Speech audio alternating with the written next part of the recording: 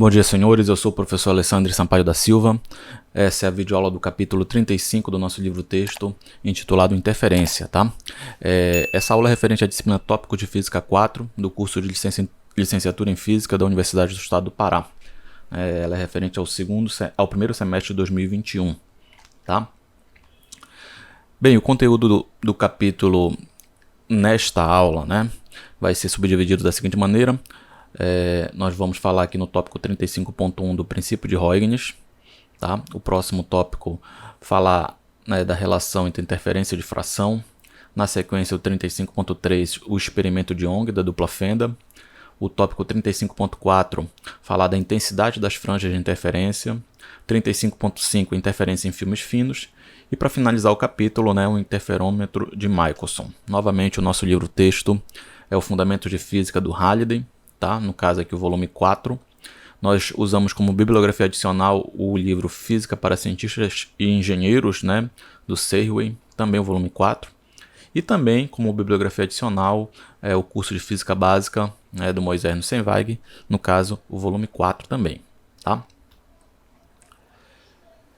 Bem, antes de entrarmos aí na discussão do capítulo 35 em si, né, capítulo de interferência, eu preciso falar aqui brevemente sobre a natureza da luz, né, e o desenvolvimento das teorias que explicam essa natureza, tá? Uma vez que a interferência é um fenômeno tipicamente ondulatório, e nós vamos, né, associar nesse capítulo essa interferência à luz, né, propriamente dita, tá bom? Então, no final do século XVIII, início do século XIX, a luz era considerada aí um fluxo de partículas emitido por um corpo que está sendo visualizado, né, onde esse fluxo seria captado aí pelos nossos olhos. Basicamente é isso, tá? O principal teórico desse modelo era nada mais, nada menos que Sir Isaac Newton, né? Talvez aí o maior nome da física de todos os tempos até aquela geração, tá? Essa teoria corpuscular foi capaz de explicar fenômenos de reflexão, de refração da luz, né? E foi aceita amplamente pela maioria dos cientistas da época. Okay? Porém, surgiu contemporânea à teoria de Newton, né, uma vertente que analisava a natureza da luz como uma teoria ondulatória. Tá? Essa teoria tinha argumentos, fisicamente falando, bem estabelecidos e convincentes, né? E foi estabelecida a partir dos trabalhos do físico e astrônomo holandês Christian Huygens. Tá bom? Então ele conseguiu aí de maneira muito satisfatória explicar a reflexão e a refração da luz a partir desse seu modelo, né, de onda, né, para a luz. Nós vamos aqui nessa aula, por exemplo, mostrar uma demonstração da lei de Snell que trata da refração da luz, né, considerando o princípio de Huygens.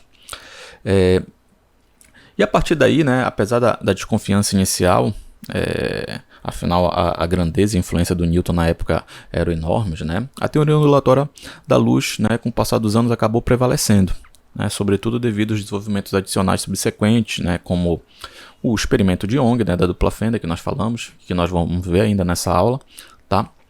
E que no caso aí mostrou, né, que os raios de luz interferem uns com os outros, né, de acordo com o princípio da superposição, que vocês devem ter visto em Física 2, né, para interferência de duas ondas mecânicas, né?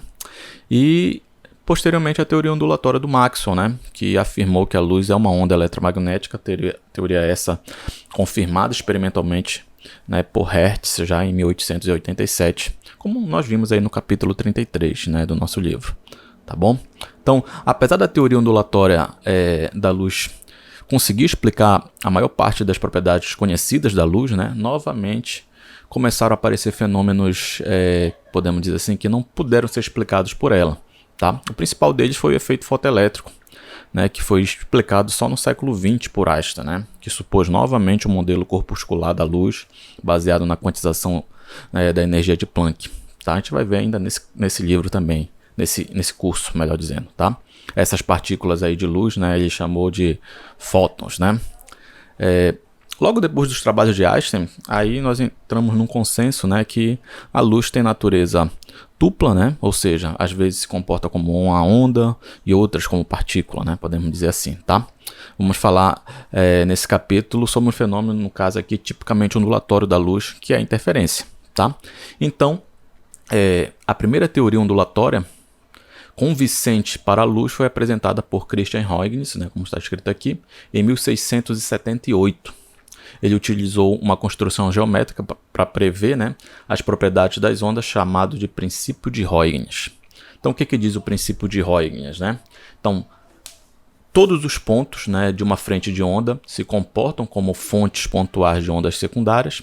Portanto, depois de um intervalo de tempo t, a nova frente de onda é dada por uma superfície tangente a essas ondas secundárias. Ok? Bem, a figura tenta ilustrar aqui a situação, né? Imaginemos uma frente de onda planas daqui, olha, viajando para a direita no espaço livre, no caso no vácuo, né?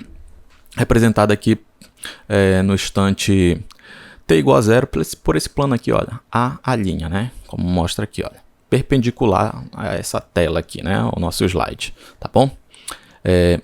Na idealização de Huygens aí, né? Cada ponto nessa frente de onda é considerado uma fonte pontual, né? Para simplificar aqui a ilustração, nós colocamos somente 3 pontos, né? 3 fontes pontuais, né? Nesse plano, tá bom? Com esses pontos aqui representando essas fontes de onda de Huygens, né? Nós podemos supor que as frentes de onda aqui, olha, partem daqui, tá bom? Então, após um intervalo de tempo ΔT, obviamente, né? O raio das ondas esféricas provenientes desses pontos será aqui, olha, c vezes ΔT, onde c, obviamente, é a velocidade da luz, né, no vácuo, tá?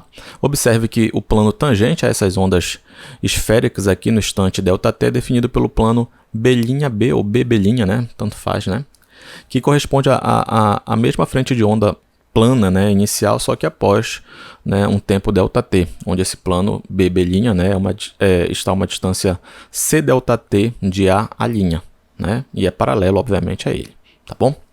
Bem, de modo semelhante, podemos mostrar a construção de Huygens para ondas esféricas, né, onde, novamente, os pontos aqui representam as novas fontes de onda, né, e após um intervalo de tempo ΔT, essa frente de onda vai estar a uma distância cΔT, né, a nova frente de onda da frente de onda inicial.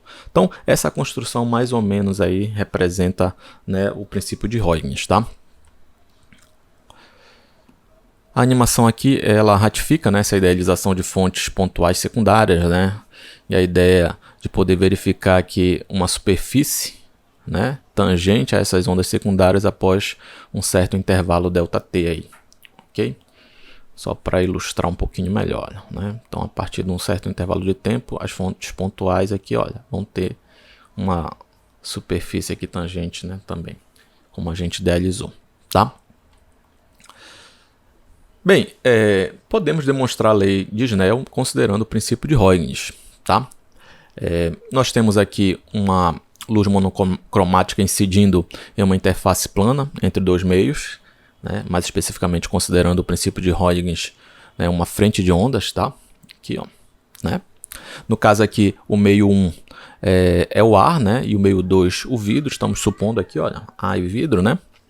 A animação mostra que essas frentes de ondas são separadas por uma distância lambda, né, que é o comprimento de onda da luz, no caso lambda 1, né, para o meio 1 e lambda 2 para o meio 2, né, onde chamamos aqui de V1, né, a velocidade da luz no meio 1 e V2 a velocidade da luz no meio 2, tá, onde V1 é maior do que V2, ok?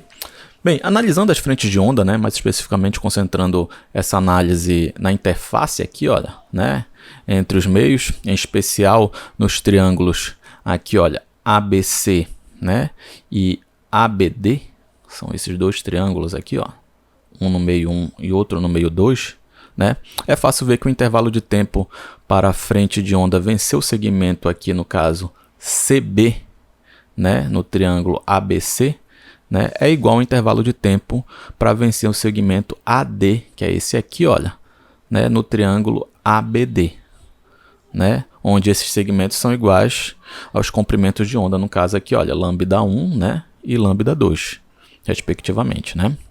Bem, essas conclusões são óbvias pensando na perspectiva do princípio de Huygens, por exemplo, pensando que uma onda secundária de Huygens parte, né, dos pontos da interface que caracterizam os vértices desses triângulos que nós citamos aqui, obviamente, né?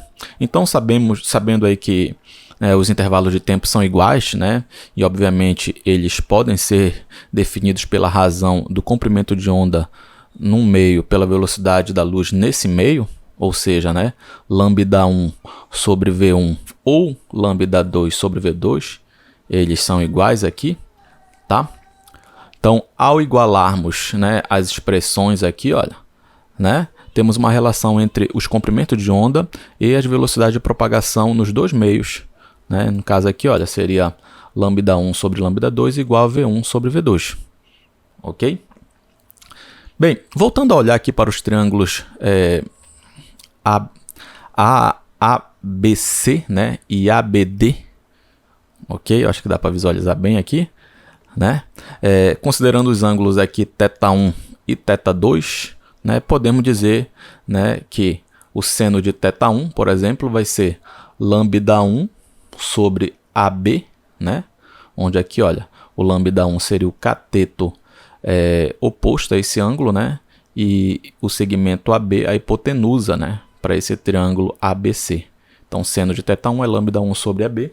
Usando o mesmo raciocínio, aqui, olha, nós temos seno de θ2 é igual a lambda2 sobre AB. Perceba que a hipotenusa é a mesma para os dois triângulos aqui, olha. Então, o cateto oposto, né, ao ângulo seria esse segmento AD, que é o lambda2, dividido pela hipotenusa, que é AB, tá?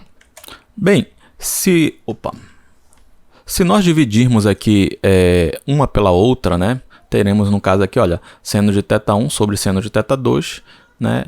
Obviamente vai cortar AB com AB, né? Aí eu vou ter aqui, olha, igual a lambda1 sobre lambda2, que é igual a V1 sobre V2, como a gente já mostrou aqui anteriormente, né?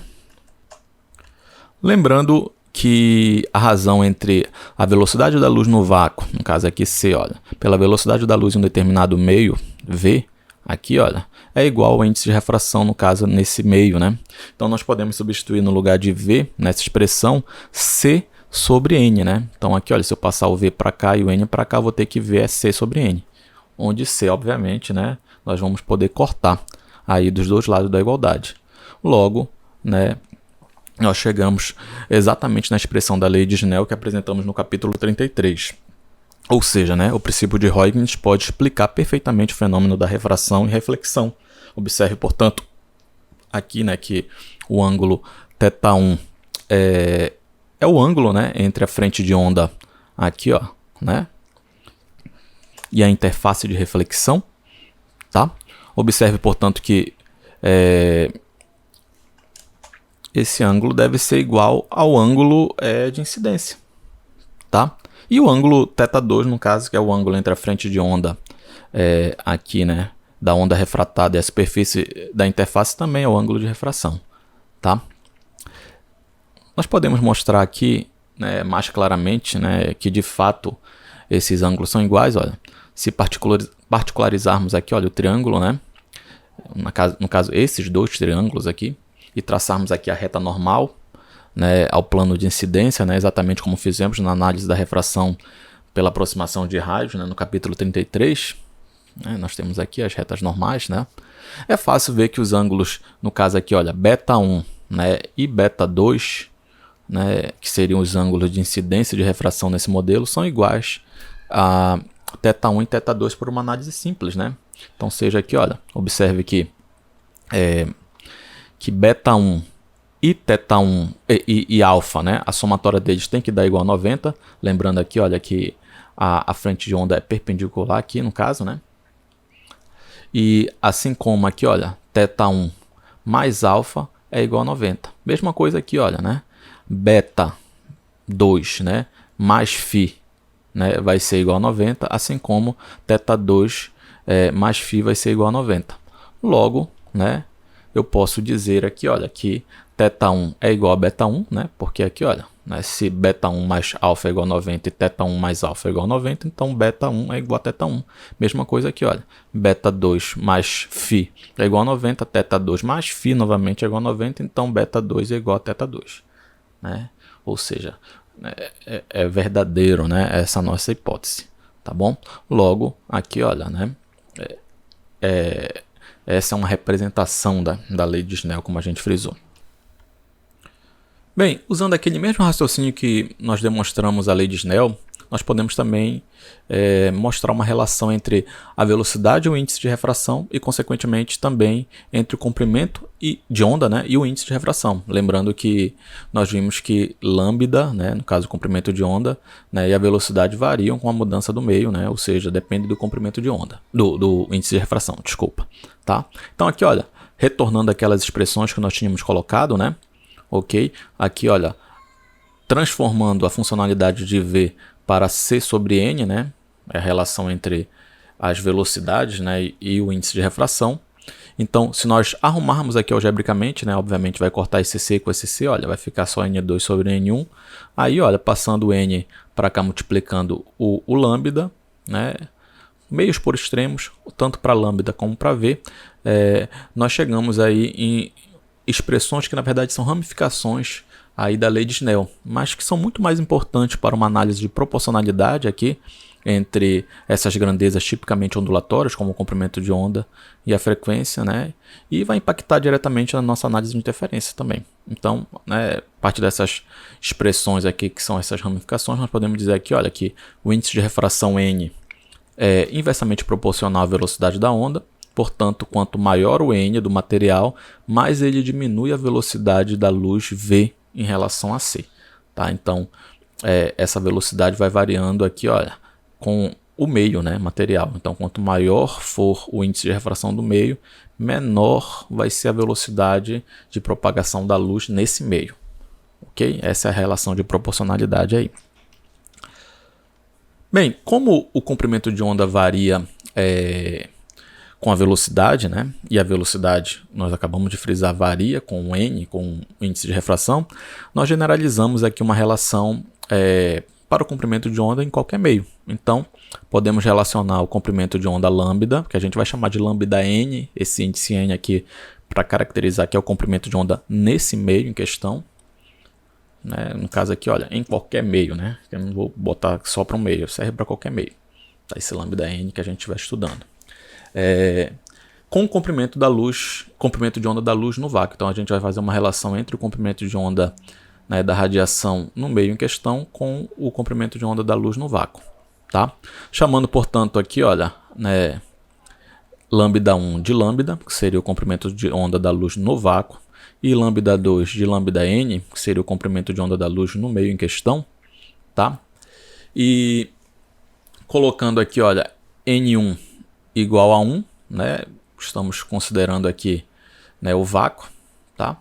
Lembrando aqui, olha, que lambda 1 igual a lambda, seria o comprimento de onda da luz no vácuo, e aqui o N1, o índice de refração do vácuo, que é 1, tá? E N2, obviamente, vou chamar só de N, genérico aí. Fazendo essa substituição, a expressão aqui, olha, né, isolando aqui lambda 2, né, como lambda n, eu tenho aqui que lambda n é lambda sobre n. Tá? Onde lambda, novamente, é o comprimento de onda da luz no vácuo e o N é o índice de refração do meio em questão. Tá bom? Então aqui, olha, observe, né? Quanto maior o índice de refração de um meio N, menor o comprimento de onda, né, lambda nesse meio. Essa é a relação de proporcionalidade que nós temos agora. Tá?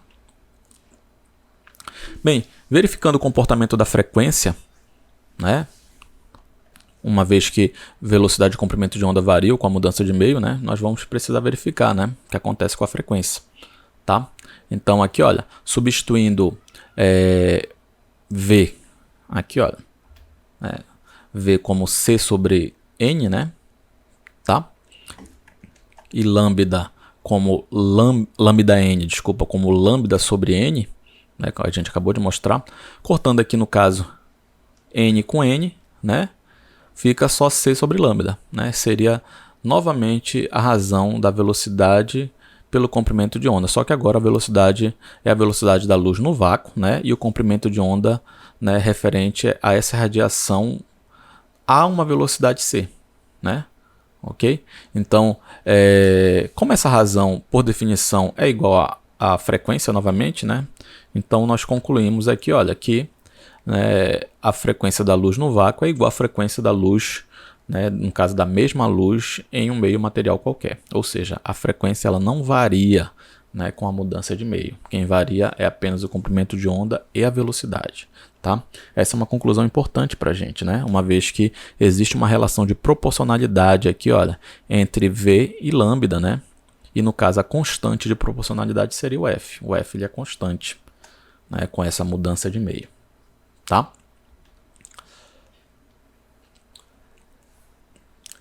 Embora a velocidade v e o comprimento de onda lambda-n da luz sejam diferentes no meio material e no vácuo, a frequência é a mesma em um meio e no vácuo, né? Foi justamente o que nós concluímos, tá bom?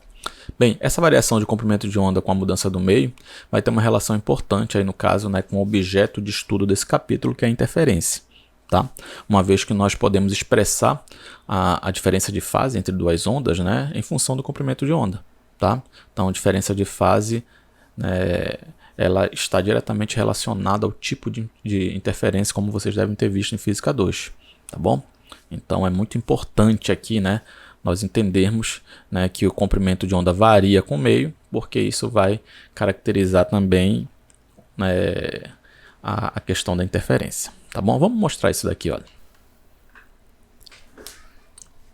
Podemos calcular, né, a variação do número de comprimentos de onda, que eu estou chamando aqui de ΔNzão, quando uma onda luminosa atravessa materiais com N diferentes. Tá? Então imaginem aqui, olha, a situação da animação. Nós temos aqui duas ondas eletromagnéticas de mesmo comprimento de onda, inicialmente em fase no ar, tá? Ou seja, tá? O índice de refração é igual a 1, tá? A gente aproxima aí o índice de refração no ar com o índice de refração no vácuo, né, para nossa análise aqui. Aí, olha, uma das ondas atravessa um meio 1 de índice de refração N1, tá? E a outra atravessa um meio 2 aqui, né, de índice de refração N2, tá? Ambos os meios aí têm comprimento igual, aqui no caso L, né? Aí vão atravessar esse mesmo comprimento, tá bom? É fácil ver, olha, que a velocidade de propagação das ondas em cada meio é diferente, né? Estamos aqui supondo que, no caso, N2 é maior do que N1, tá? E, consequentemente, aí, olha, né, o lambda dessas ondas são diferentes, né? Enquanto elas estão viajando aqui dentro desses dois meios aqui, no caso, o meio 1 e o meio 2, tá? Entretanto, né, quando essas ondas deixam aqui os dois meios, né, elas voltam a ter o mesmo comprimento de onda, né, característico de quando viajam no ar. Tá? Mas por terem viajado em meios diferentes, aqui no caso o meio 1 e o meio 2, elas adquirem uma diferença de fase entre elas. Perceba aqui, olha, a figura até ilustra, no caso mais drástico, né, quando elas estão completamente fora de fase. Então aqui elas entram em fase, olha, as cristas e vales estão casados, né? E quando elas saem aqui, olha, né, após atravessar o meio 1 e meio 2, elas estão completamente defasadas, né, fora de fase, tá bom? Nós podemos verificar aqui, olha, né, o número de comprimentos de onda Nzão, né, dessa radiação dentro de cada meio aqui, olha, né? Como é que eu posso fazer isso, né? Dividindo o comprimento do meio, no caso L, né, pelo comprimento de onda, né, dessa radiação dentro do respectivo meio, tá? Então aqui, ó, no caso eu vou ter Nzão 1 e Nzão 2, né? Seria o número de comprimento de onda que eu tenho dentro de cada meio desse, tá? Bem, substituindo aqui, olha, a expressão do lambda-n, que nós mostramos agora há pouco, né, e arrumando aqui, né, algebricamente falando, nós ficamos com as seguintes expressões para Nzão 1 e Nzão 2, né? Para calcularmos aqui a diferença de fase entre essas ondas aqui, basta nós encontrarmos que o módulo da variação do número de comprimento de onda, no caso aqui, olha, a gente vai chamar de ΔN, seria N2, né, menos N1, a subtração desses dois, tá bom? Então, olha, fazendo isso, né, é fácil ver que ΔN aqui, olha, vai ser igual a L sobre lambda vezes N2 menos N1. Estou colocando em evidência, né, essa razão L, que é o comprimento do meio aqui, pelo comprimento de onda da luz no vácuo, no caso, tá bom? Onde estamos supondo aqui, no caso aqui, olha, que N2 é maior do que N1, né? Isso aqui é importante também, tá? Observe, né, que o valor de ΔN aqui, olha, não nos dá a diferença de fase efetiva, né, entre as ondas, tá? Essa diferença efetiva é apenas a fração decimal dessa diferença. E tem tipo o que nós já, no caso vocês, né, viram em Física 2, né, em relação à diferença de fase, tá bom? Por exemplo, aqui, olha, digamos que a gente calcula aqui, olha, esse ΔN, N2 menos N1, e ele dá aí, digamos, 15,7 comprimentos de onda aqui dentro, né? No caso aqui, olha, a diferença efetiva, né, será apenas a fração decimal, no caso 0,7, né? Uma vez que o deslocamento referente a um número inteiro, né, no caso aqui o 15, né, deixa novamente as ondas em fase. Então a gente só se interessa com a fração decimal, tá? Né, se vocês lembram lá de Física 2, né, Interferência Física 2, devem saber que uma diferença de fase efetiva de 0,5 vai deixar as ondas com fases opostas, como está aqui, olha, né? O que gera, no caso, né, a gente chama, né, de interferência destrutiva. Tá bom? E uma diferença de fase inteira, no caso de 0 ou 1, né, a interferência entre essas ondas seria, no caso, construtiva, tá? Então, no caso aqui a gente citou, né, digamos que ΔN, esse N2 menos N1 dá 15,7, a interferência efetiva seria de 0,7, o que caracterizaria aí uma interferência intermediária, né? Mais próxima de destrutiva, no caso, né, do que de construtiva, né? Uma vez que 0,7 está mais próximo de 0,5 do que de 1, tá bom? Vamos relembrar essas definições de interferência aqui, né, que vocês já viram lá em Física 2, tá? Então aqui, olha, né, um fenômeno típico da ondulatória é a interferência, né, que consiste na superposição de duas ou mais ondas num ponto do espaço. A onda resultante depende da fase relativa entre as duas ondas, ou seja, da diferença de fase entre elas, tá? Bem, a figura aqui, olha, nós temos duas ondas, né, seja qualquer tipo de onda, tá bom?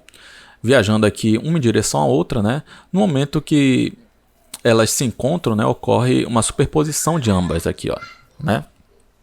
Aí, olha, após esse encontro, cada uma segue seu destino aí sem afetar a outra. Mais ou menos isso que a gente tenta ilustrar aqui, olha, tá?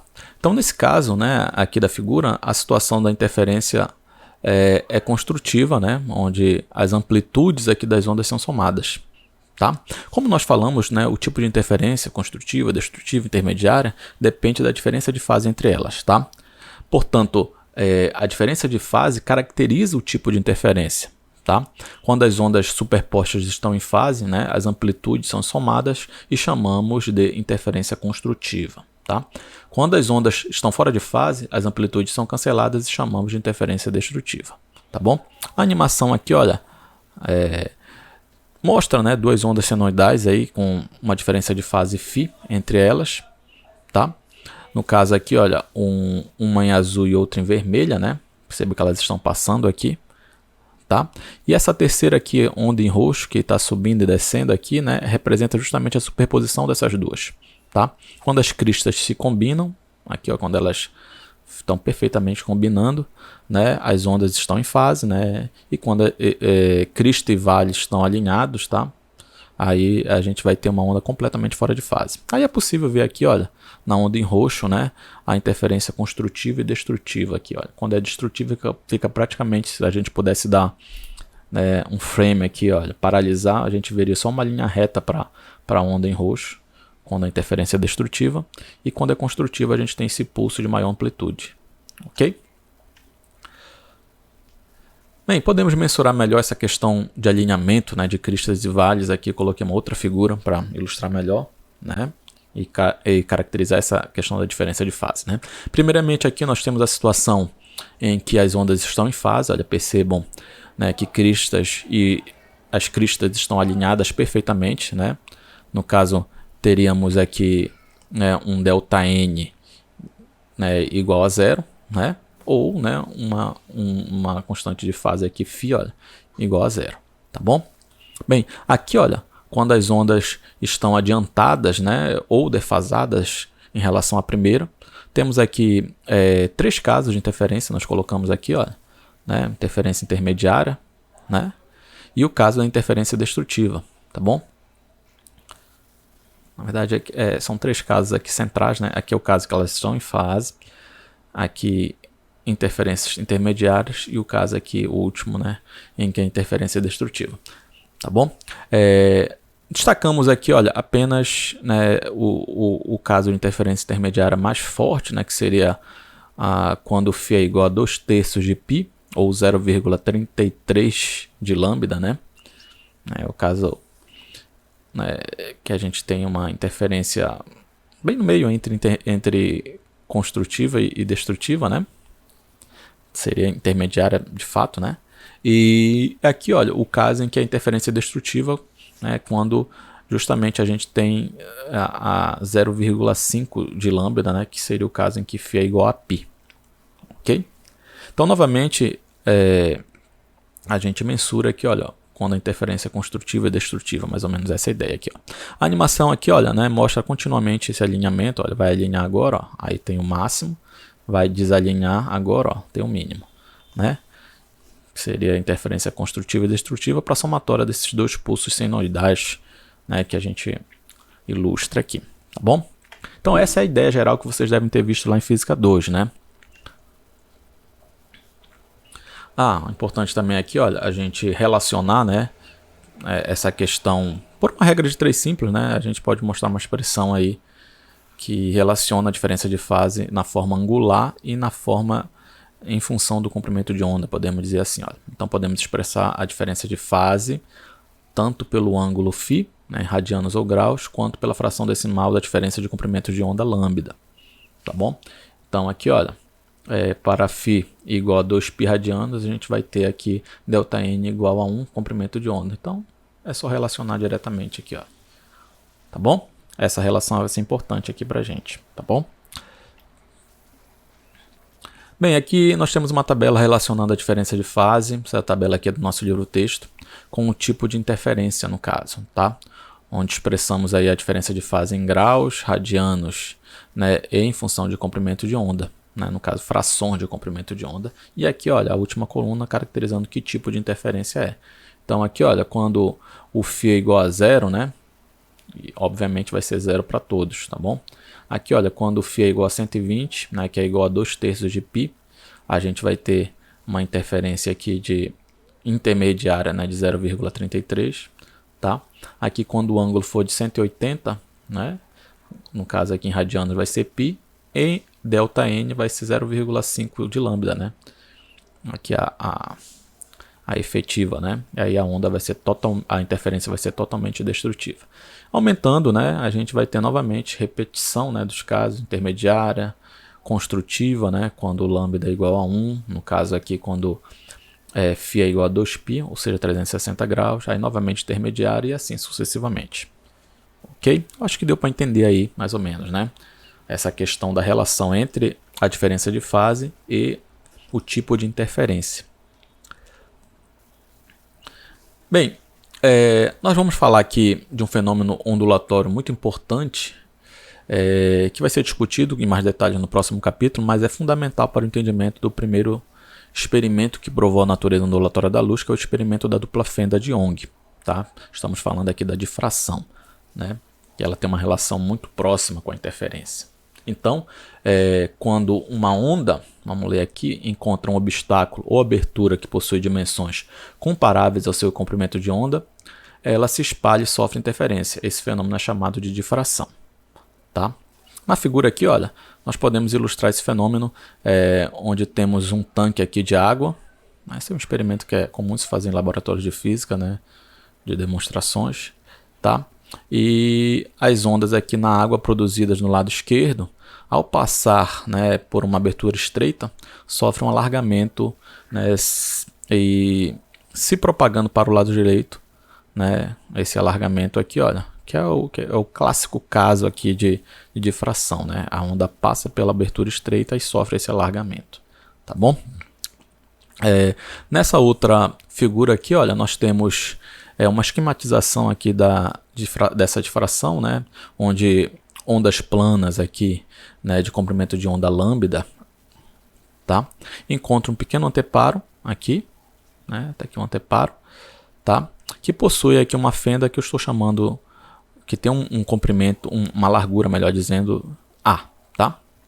Ok? Essas ondas são difratadas para o outro lado, ou seja, vão sofrer um alargamento, um espalhamento aqui, né? Propositalmente aqui na figura, nós temos uma variação, né, da largura dessa fenda aqui, né, com o objetivo, obviamente, de observar o comportamento desse alargamento, né, ao passar, né, por 3 fendas aqui de tamanho diferente, tá bom? Observe aqui, olha, para a fenda essa primeira aqui, quando a fenda tem uma largura A igual a 6 lambda, né? Ou seja, 6 vezes o comprimento de onda da onda plana incidente. Aqui, olha, a onda difratada tem um alargamento mais discreto, podemos dizer assim. Quando a fenda é diminuída aqui, olha, no caso diminuímos a metade, né? Fica 3 lambda, né? A difração, no caso, vai ser bem maior. Tá? E quando diminuímos mais ainda, olha, metade novamente, no caso aqui ficaria 1,5 lambda, o efeito de espalhamento aumenta muito mais, né? Afinal, a largura da fenda está mais próxima aí do comprimento de onda da luz, né? 1,5 está da mesma ordem, né? Do comprimento da luz incidente. Então, em resumo aí, olha, né? Quanto menor a fenda, né? Maior vai ser o espalhamento, ou seja, o alargamento, né, a difração que a onda sofre, tá? E está perfeitamente de acordo com o princípio de Huygens, né? Que seria as fontes pontuais aqui. Aqui se aproxima de um ponto, aí a gente tem, né, essa onda esférica partindo desse ponto, ok? E isso aí é a difração. Como eu falei, né, a gente vai falar um pouquinho de forma mais sistemática da difração no capítulo 36, que trata somente disso, tá? Mas é importante para a gente entender a interferência a partir do experimento de Young. Então aqui, olha, né? Falando justamente o que nós já frisamos. Ó. Quanto mais estreita a fenda, menor A, maior é a difração, ou seja, o espalhamento. A difração constitui, né, a principal limitação da aproximação de raios que caracteriza o estudo da ótica geométrica. Talvez você já tenha, né, se questionado aqui que a experiência da fenda, né, deveria ser muito melhor. Seria, na verdade, a melhor representação, né, para aproximação de raios, né, que a gente usa na ótica geométrica. Afinal, quanto menor a fenda, né, mais estreito seria o feixe, obviamente, mais se aproximaria, né, de um raio, tá? Porém, né, a experiência mostra justamente o contrário, tá? Quanto mais reduzimos aqui a largura da fenda, maior é o alargamento causado pela difração. Por isso, no caso, a difração é a condição limitante aí para a ótica geométrica, né? Ou seja, ela só é válida, né, quando as fendas aí e outras aberturas, né, que a luz atravessa não têm dimensões da mesma ordem, ou no caso menores que o comprimento de onda da luz em questão, tá bom? Então é por isso que costuma-se muito falar nos nossos livros, textos aí, que a difração é justamente a condição limitante, é a principal condição, né, para a aproximação de raios que caracteriza a ótica geométrica, ok? Vamos lá falar do experimento da dupla fenda. Ok?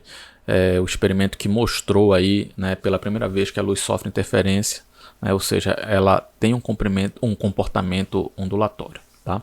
Então, em 1801, Thomas Young provou experimentalmente que a luz é uma onda, demonstrando que ela sofre difração e interferência, fenômenos tipicamente ondulatórios. Tá bom? Portanto, né, Young aí, né, colocou a luz como no mesmo patamar aí, né, de outros tipos de onda, né, que sofrem interferência de difração, como as ondas na superfície da água, né, que é ilustrada aqui na animação, né, as ondas sonoras, etc. Tá bom?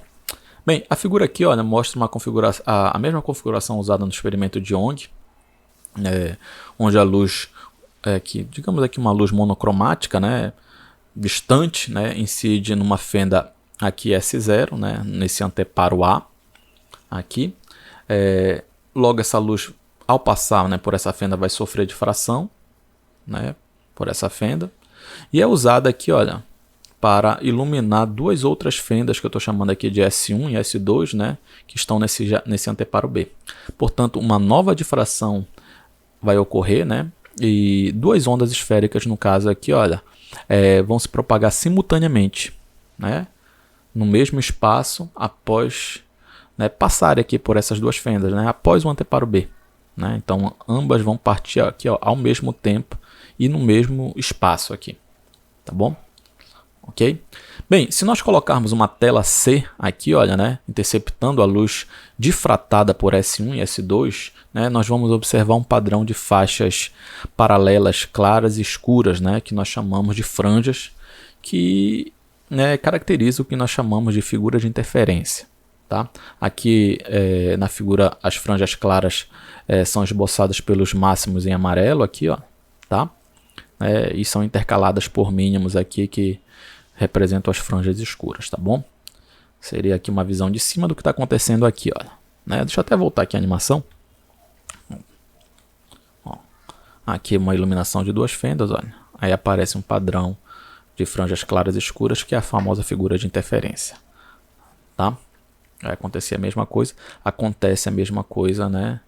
A interferência para qualquer tipo de onda.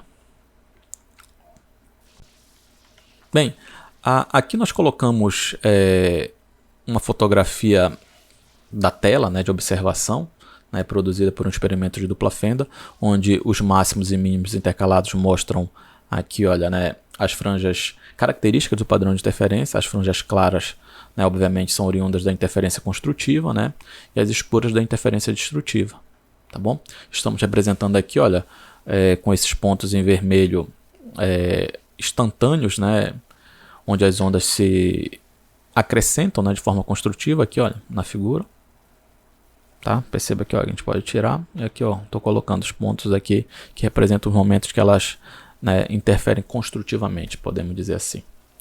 Então, né, podemos resumir que o experimento da dupla fenda faz o seguinte, olha, quando a luz proveniente de uma fonte S0, né, difrata em duas fendas S1 e S2, de um anteparo B, é possível observar em uma tela C uma figura de interferência com um padrão de faixas claras e escuras que chamamos de franjas.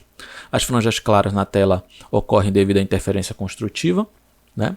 E as franjas escuras, né, ocorrem devido à interferência destrutiva das ondas provenientes, no caso aqui das fendas S1 e S2.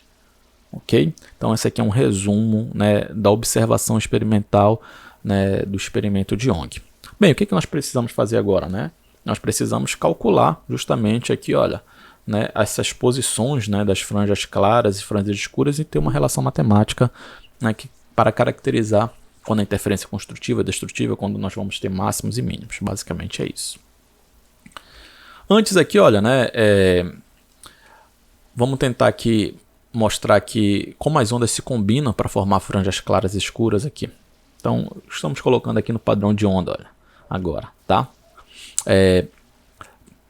No caso aqui, olha, no ponto P, bem aqui, né, as ondas provenientes de S1 e S2, elas chegam em fase, tanto que eu estou pegando um ponto P aqui, olha, no máximo, né, numa franja clara, né, e obviamente vão interferir construtivamente, né, nesse local aqui, vai ser uma franja clara, tá? Ou seja, um ponto de máximo, né, a gente vai chamar também assim. É importante ressaltar, né, que embora elas percorram caminhos diferentes aqui, né, se uma das ondas percorrer uma fração inteira de comprimento de onda, a mais ou a menos, né, não importa, elas ainda vão chegar em fase, né? É o que acontece aqui. Perceba que o caminho é diferente, né? Essa onda em vermelho está partindo aqui de S1, tá? E essa outra onda que vai chegar também no ponto P, partindo de S2, né? O caminho é diferente, mas elas ainda chegam em fase, tá bom? É fácil imaginar também, né, que elas só vão percorrer exatamente o mesmo caminho, né, se for aqui no máximo central, né? Então, nesse máximo central elas vão chegar em fase e percorrer também o mesmo caminho, tá bom? Analisando aqui para o ponto Q agora, olha, tá? No ponto Q, as ondas provenientes das fendas S1 e S2 agora, elas vão chegar fora de fase, né? Nesse caso aqui, olha, uma das ondas chega meio comprimento de onda à frente ou atrás, né, da outra onda, e isso faz com que elas interfiram destrutivamente, né, nesse ponto, e consequentemente teremos uma franja escura aqui, tá? É o caso de um ponto de mínimo, né? Então, só para ilustrar, né, já no modelo de onda, né, para ficar um pouquinho mais claro.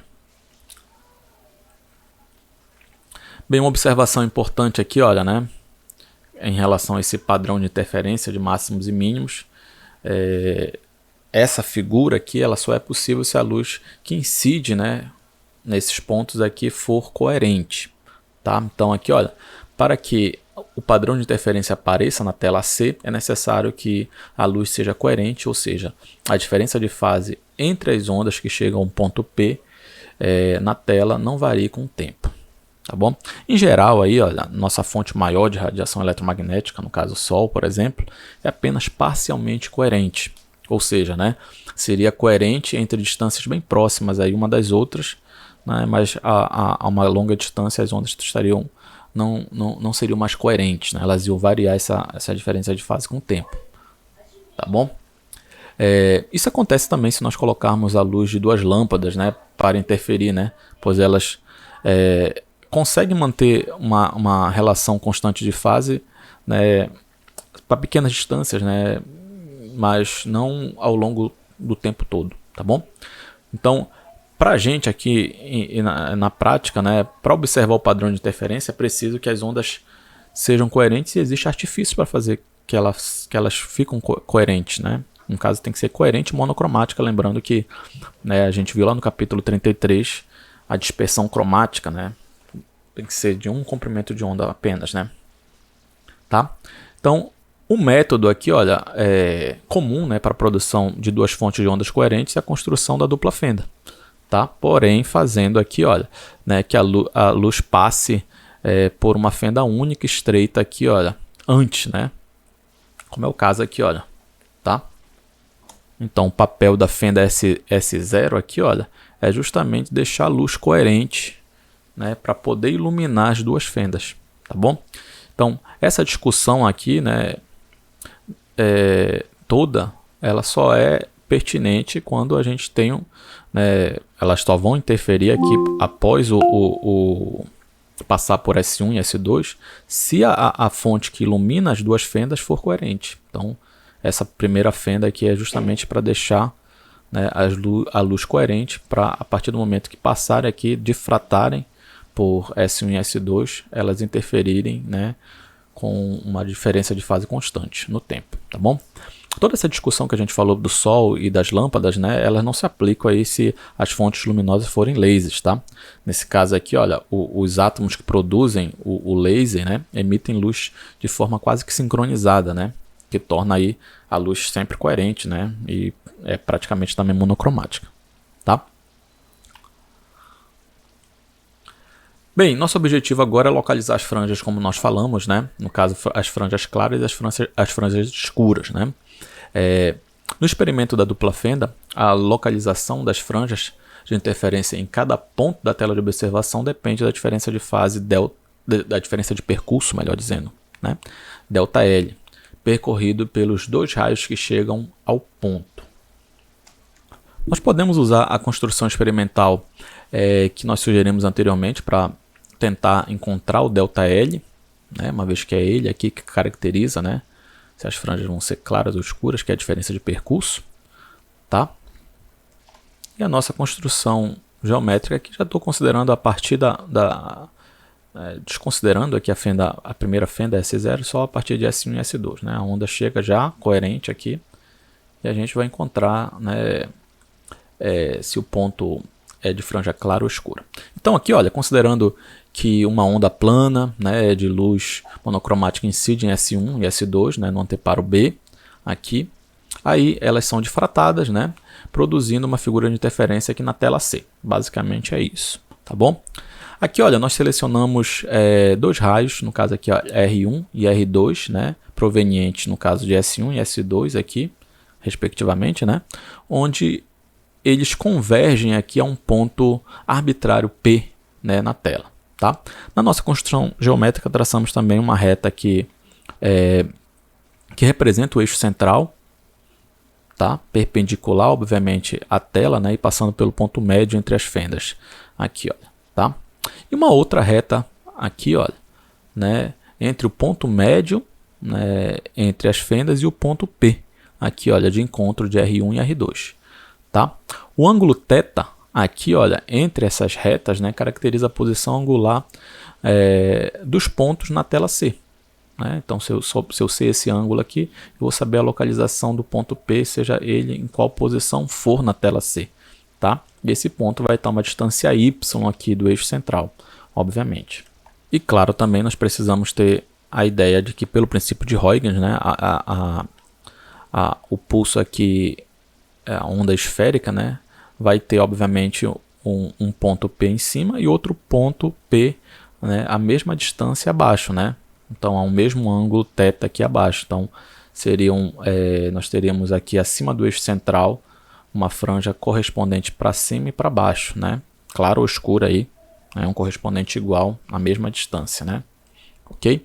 Bem, é fácil, né, ver a partir desse esboço do experimento que as distâncias percorridas por R1, né, e R2, né, caracterizam cada raio, obviamente, né, embora ambas partam de S1 e S2 em fase, tá bom? Essa diferença de distâncias percorridas aqui, né, é justamente o nosso ΔL aqui, olha, se a gente pudesse dar um zoom, seria essa pequena diferença aqui, mais ou menos, tá? E é esse ΔL que nós queremos encontrar, e a intensidade luminosa nos pontos é que vai depender justamente dele, né? Se a interferência vai ser construtiva ou destrutiva, tá bom? Então, por exemplo, se ΔL, que essa pequena diferença aqui foi igual a zero, né?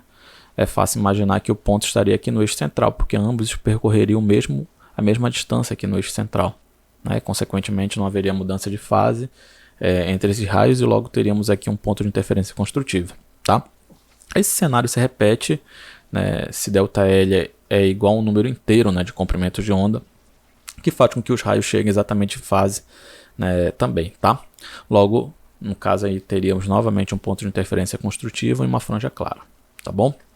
Já se o ΔL, né, for um múltiplo ímpar, né, da metade do comprimento de onda, as ondas vão chegar em um ponto comum com uma diferença de fase exatamente de meio comprimento de onda, tá bom? Que vai caracterizar aí, né, uma interferência destrutiva.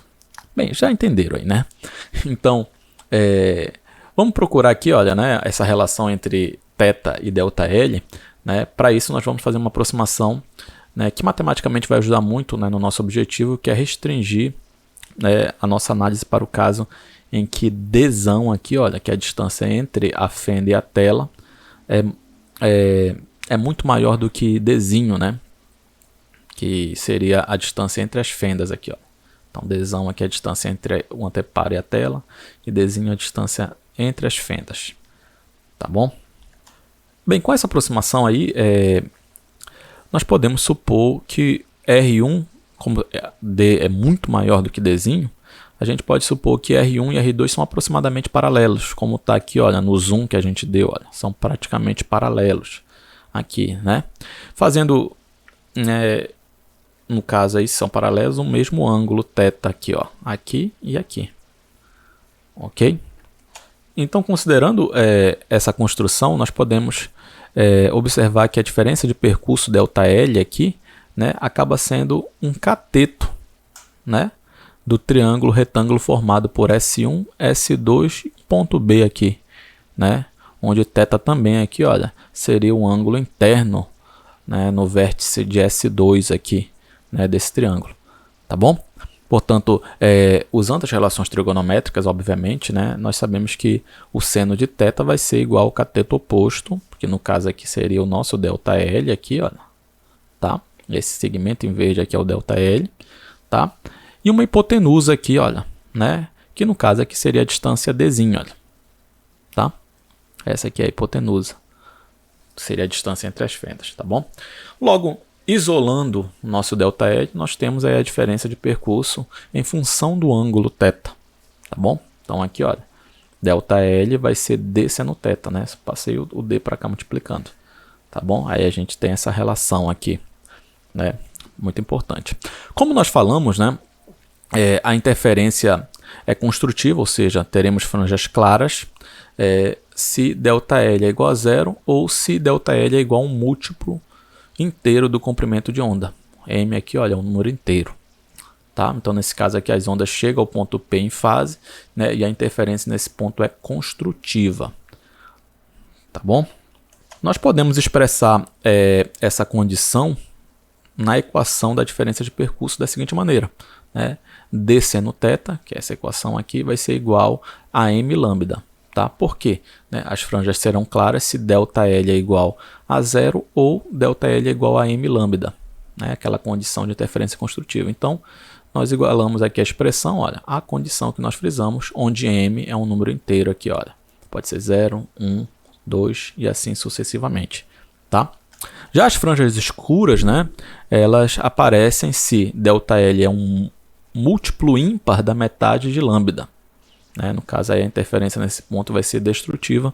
Nós podemos aí, né, colocar essa condição novamente a partir da equação da diferença de percurso aqui, olha, d seno θ, né, onde do outro lado esse ΔL tem que ser, isso aqui é a condição que nós teremos aqui uma interferência destrutiva, né, seria o múltiplo ímpar, né, da metade do comprimento de onda. Ok? Vocês podem verificar matematicamente isso aqui, olha, então d seno θ vai ser igual a m mais meio vezes lambda. Franjas escuras e franjas claras, tá? Então aqui, olha, seria o caso, né, que nós teríamos nessa condição interferência construtiva, nesse caso aqui interferência destrutiva, tá? Bem, podemos usar essas equações aí que condicionam o tipo de interferência, né, para determinar a posição angular, né, das franjas claras e escuras. Então, se nós isolarmos aqui o θ, né, tomando a operação inversa do seno, né, nós temos aí no caso a posição angular tanto para franjas claras como para franjas escuras aqui, ó. Então aqui, olha, se eu passar o d para cá dividindo, eu tenho seno θ igual a m lambda sobre d. O seno menos 1 de m lambda sobre d vai ser igual a θ, né? Isso aqui para franjas claras. Faço o mesmo procedimento, eu tenho aqui, olha, a expressão para franjas escuras, né? Então eu posso caracterizar o ponto. Lembra aqui, olha, que o ângulo aqui, olha, caracteriza, né, a posição do ponto. Então, para um ângulo, né, igual a seno a menos 1 de m lambda sobre d, eu vou ter um ponto de franja clara, né, um máximo aí. E, né, quando θ é igual a seno a menos 1 de m mais meio vezes lambda sobre d, a gente vai ter um ponto de franja escura, seria um ponto de mínimo. Observe, né, que as expressões para a posição θ, né, das franjas variam com esse número m, né? Ou seja, né, nós podemos identificar diferentes franjas, né, desculpa, claras ou escuras variando esse m. Então, considerando as expressões aqui das franjas claras, aqui primeiramente,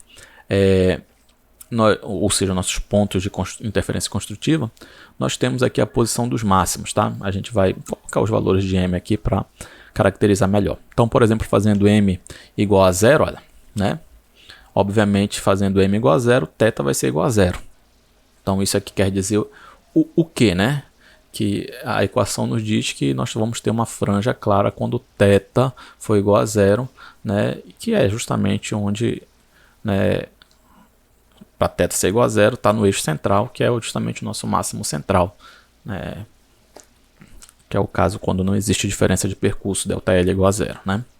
Fazendo m igual a 1, nós vamos ter o próximo valor de θ para o qual nós temos franjas claras, né? Acima e abaixo, obviamente, do eixo central, tá? Esses máximos aqui, olha, né, são chamados de máximos laterais, né? No caso de m igual a 1, nós temos o máximo lateral de primeira ordem ou franjas claras de primeira ordem, a gente chama assim, tá? Então, fazendo m igual a 1, olha, a gente vai ter aqui a posição do primeiro máximo lateral de primeira ordem. Fazendo m igual a 2, aqui, olha, né, nós temos as posições, né, porque acima e abaixo, né, dos máximos laterais aí de segunda ordem, tá? Fazendo m igual a 3, nós vamos ter o máximo lateral de terceira ordem e assim sucessivamente, ok? Bem, podemos seguir esse mesmo raciocínio aqui, olha, para caracterizar, né, as posições dos mínimos, tá? Então aqui, olha, fazendo m igual a 0, né, na equação da posição das franjas escuras, né, vamos ter os primeiros mínimos, né, acima e abaixo, que chamamos de mínimos laterais de primeira ordem, tá? Então aqui, ó, nós temos o primeiro mínimo fazendo, perceba aqui, olha, que eu substituir aqui igual a 0, olha, aí 0 mais meio vai dar meio, né? Então vai ficar meio de lambda d aqui dentro, tá? Esse seria o mínimo lateral de primeira ordem, tá? Obviamente vocês devem imaginar que não temos aí um mínimo central, né? Afinal, no eixo central a diferença de percurso é 0 e as ondas estão em fase, né? O que caracteriza uma interferência construtiva. Então a gente vai ter mínimos só laterais, não central aí, tá bom? Fazendo agora m igual a 2, né?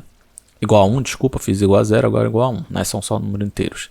Nós vamos ter o mínimo lateral de segunda ordem, né? Então aqui, olha, 1 mais meio vai dar 1,5, seria o mínimo lateral de segunda ordem.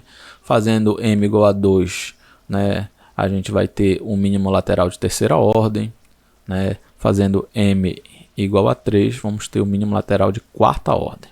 Sempre é uma mais, né? No caso aqui dos pontos de mínimo. E assim sucessivamente, tá? Eu acho que deu para entender aqui essa relação das posições de máximos e mínimos.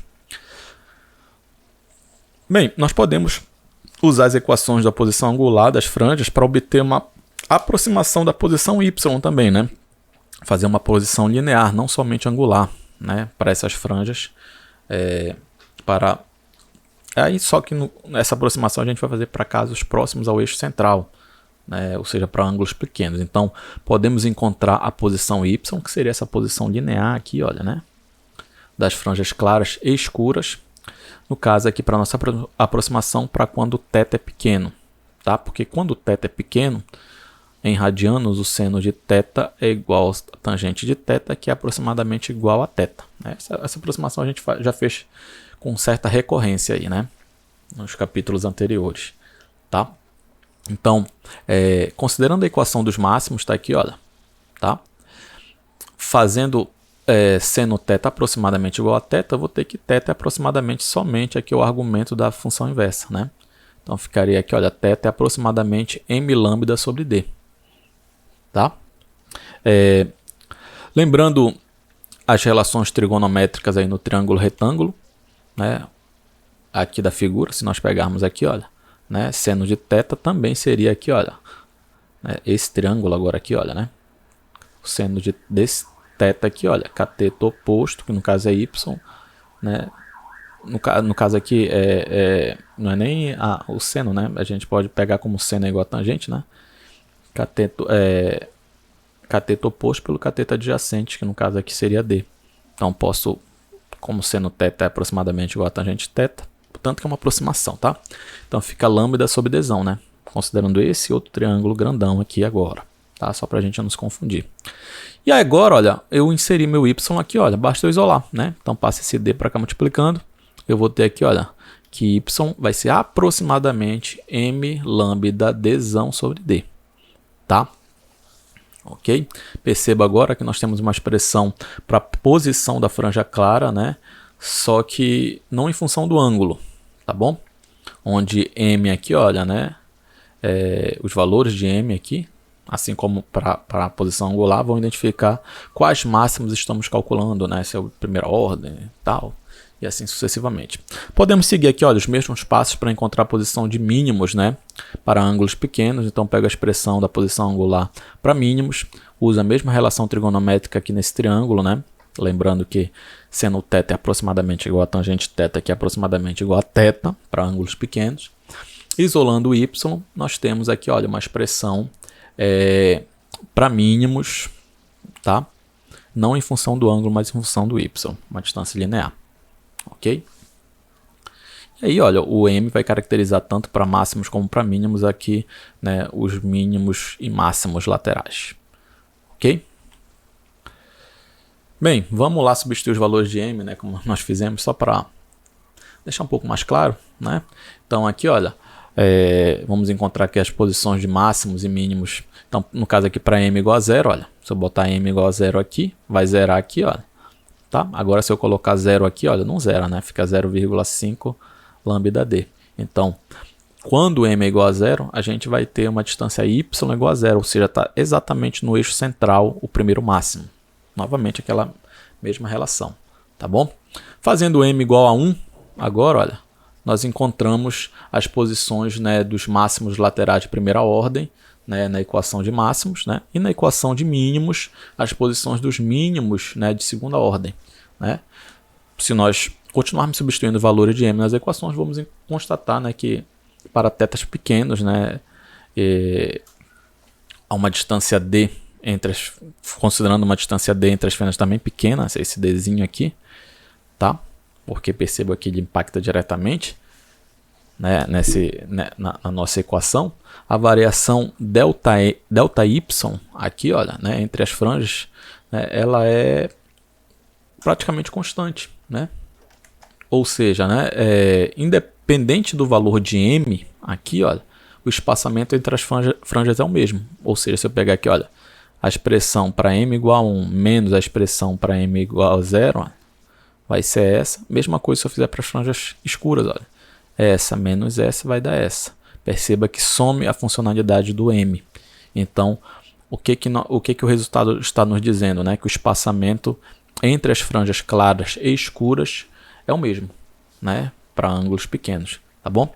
Podemos imaginar melhor isso daqui. Olha, eu vou colocar, né, uma figura, né, para ilustrar o resultado. Na parte de cima aqui eu estou ilustrando, destacando, né, a variação ΔY entre as franjas claras. Olha, estou dizendo que esse ΔY aqui, olha, a distância entre dois máximos é sempre a mesma.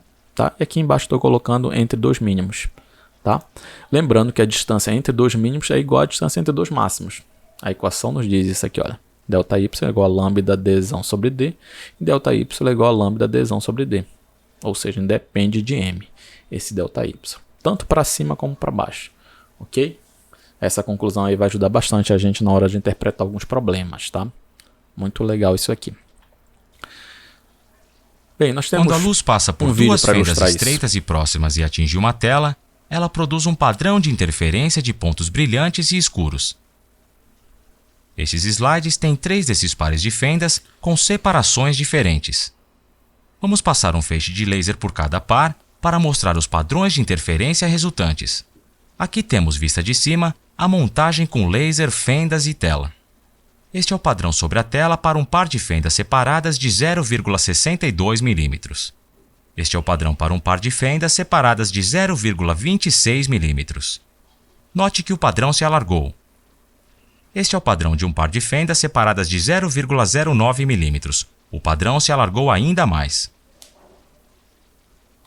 Bem, essa aqui, olha, esse vídeo ilustra justamente a relação de proporcionalidade entre a variação ΔY e a distância d entre as fendas, né? Perceba aqui, olha, que no vídeo ele foi diminuindo a distância d entre as fendas e foi aumentando o alargamento ΔY entre os máximos e mínimos aqui na figura de interferência, né? Seria a relação de proporcionalidade inversa. Quanto maior ΔY, menor o dzinho. Bem, já podemos fazer o nosso primeiro exemplo, né? Então, exemplo 1, aqui, olha, fala o seguinte: qual é a distância na tela C da figura entre dois máximos vizinhos perto do centro da figura de interferência? Aí ele dá algumas informações. Olha, o comprimento de onda lambda da luz é de 546 nanômetros.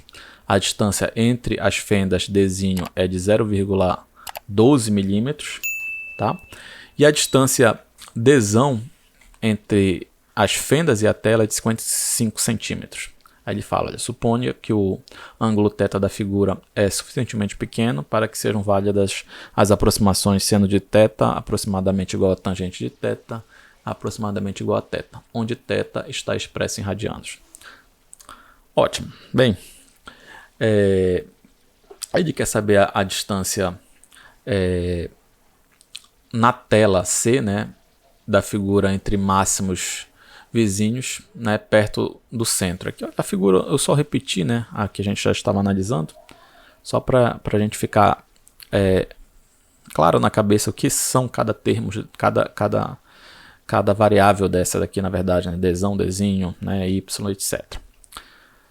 Então aqui, olha, dados do problema, ele deu o comprimento de onda, né, 546 nanômetros, deu a distância entre as duas fendas, 0,12 milímetros, e deu a distância entre o anteparo e a tela, né, de 55 centímetros. Bem, a distância entre máximos ou mínimos, né, vizinhos, né, é o nosso ΔY, que a gente mostrou agora em uma expressão para calcular ele, né? Então, se nós partirmos aqui, olha, da expressão que condiciona máximos, né? Tá? A gente está frisando aqui entre máximos ou mínimos, mas o problema fala entre máximos, muito embora nós saibamos, né, que o ΔY para máximos e para mínimos é o mesmo. Tá? Então, se nós partirmos da condição de máximo aqui, olha, isolar o θ, né, e consequentemente isolar o y, a gente vai ter que o ΔY é lambda d sobre dzinho. Tá? Então, basta eu substituir nessa expressão aqui, ó, né, as variáveis do problema, que eu encontro meu ΔY, que é o que ele está pedindo. Tá? O lambda de deu no problema, de deu dzinho e deu dzão. Trivial, muito fácil. Então, substituindo aqui, olha, lambda 546 nanômetros, perceba que eu estou colocando 10 a menos 9 aqui, né, do nano, tá? Perceba que eu estou transformando todas as variáveis, né, para a unidade do SI de comprimento, tá? 55 centímetros, o cent é 10 a menos 2. E aqui, olha, 0,12 milímetros é 0,12 vezes 10 a menos 3. O mili é um prefixo do SI, 10 a menos 3, tá? Fazendo essa continha, não é difícil encontrar aí 2,5 vezes 10 a menos 3 de metro, tá? Então, essa seria a distância entre dois máximos laterais aí próximo do eixo central, ok? Fácil, trivial, matamos aí o problema, tá? Vamos para o próximo. Exemplo 2, que é o problema 14 do capítulo 35. Fala o seguinte, olha, em um experimento de dupla fenda, a distância entre as fendas é 100 vezes maior que o comprimento de onda usado para iluminá-las. Aí ele fala, letra A, qual é a separação angular em radianos entre o máximo central e o máximo mais próximo? Letra B, qual é a distância entre esses máximos em uma tela situada a 50 centímetros das fendas? Bem, dados do problema, ele deu apenas aqui, olha, a distância entre o anteparo e a tela de 50 centímetros e diz aqui, olha, que a distância entre as fendas é 100 vezes maior que o comprimento de onda da luz, né, que está sendo utilizada nesse problema. Então, na letra A, ele quer a separação angular, ele quer o θ, né? Ele quer essa distância angular que a gente aprendeu a calcular, né? Então aqui, olha, a separação angular, ele quer entre o máximo central e o primeiro máximo lateral, né? Então seria aqui, olha, para quando m é igual a 1, tá? Se eu colocar m igual a 0, eu vou ter o máximo central, né? Que vai ser igual a 0, θ igual a 0, né? Então para m igual a 1, se eu substituir m igual a 1 aqui, olha, a expressão fica assim, olha, m1, lambda é lambda, perceba que ele não deu, mas ele deu a distância d em função de lambda e corta lambda com lambda, né? Aí eu vou ter aqui, ó, 0,01 radiano, tá bom? Na letra B ele quer a distância entre esses máximos para θ pequeno, então aí ele quer o delta y, né?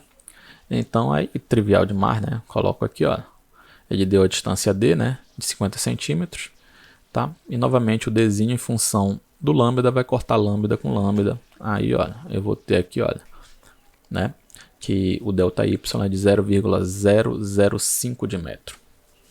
Fácil demais, olha. Matamos aí o segundo exemplo.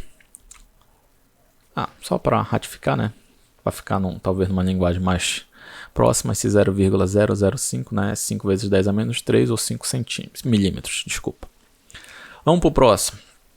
Exemplo 3, olha, problema 16 do capítulo 35 do nosso livro texto, olha. Um sistema de dupla fenda produz franjas de interferência para a luz do sódio, comprimento de onda aqui, olha, de 589 nanômetros, separado por 0,2 graus, 0,20. Aí ele pergunta, qual é a separação das franjas quando o sistema é imerso em água, ou seja, né, com índice de refração de 1,33. Bem, dados do problema, ele está dando o comprimento de onda da luz do sódio, 589 nanômetros. Ele dá separação angular, um delta θ aqui de 0,2 ou 0,20, né, como ele coloca. E deu aqui, olha, o índice de refração da água, 1,33. Então, no problema, se nós pensarmos bem, né, ele está dando um delta θ aqui de 0,2 na condição do vácuo, né? Então, se eu pegar aqui, seria, por exemplo, se eu pegasse m igual a 0 e m igual a 1, calculasse o lambda, né? O lambda não, o θ, né? Por exemplo, aqui, ó. Θ aqui, ó, separação angular para θ pequeno, né? Entre dois máximos. Então, m, como eu estava falando, m igual a 0 e m igual a 1. Se eu substituir aqui, olha, né? E fazer um delta θ, mais ou menos é isso aí, ó. Tá? Então, aqui, olha, né? Como o ângulo é pequeno, é aproximadamente igual a θ. Então, eu coloco 0 e 1, né? Se eu fizesse igual a 0, vai dar 0, né? Igual a 1, aí eu vou ter esse mesmo aqui, ó, m igual a 1, vai ficar só lambda sobre d, tá? Então essa expressão aqui, olha, para, né, no vácuo, isso aqui seria igual a 0,2. Bem, como é que eu relaciono isso com um meio material qualquer? Bem, eu pego a mesma expressão, tá?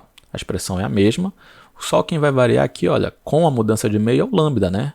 Se eu mudar o meio, o D não vai variar, vai ser a mesma distância entre as duas fendas, né? Não vai mudar a distância só porque mudou de meio. A única variável dessa relação aqui que vai mudar é o lambda, né? Como nós já mostramos aqui, né, que o comprimento de onda varia com o meio, tá? Então aqui, olha, considerando o experimento imerso em água, eu vou ter aqui, olha, só vou chamar aqui de outro valor porque o valor vai ser diferente, porque o θ vai ser diferente, tá bom?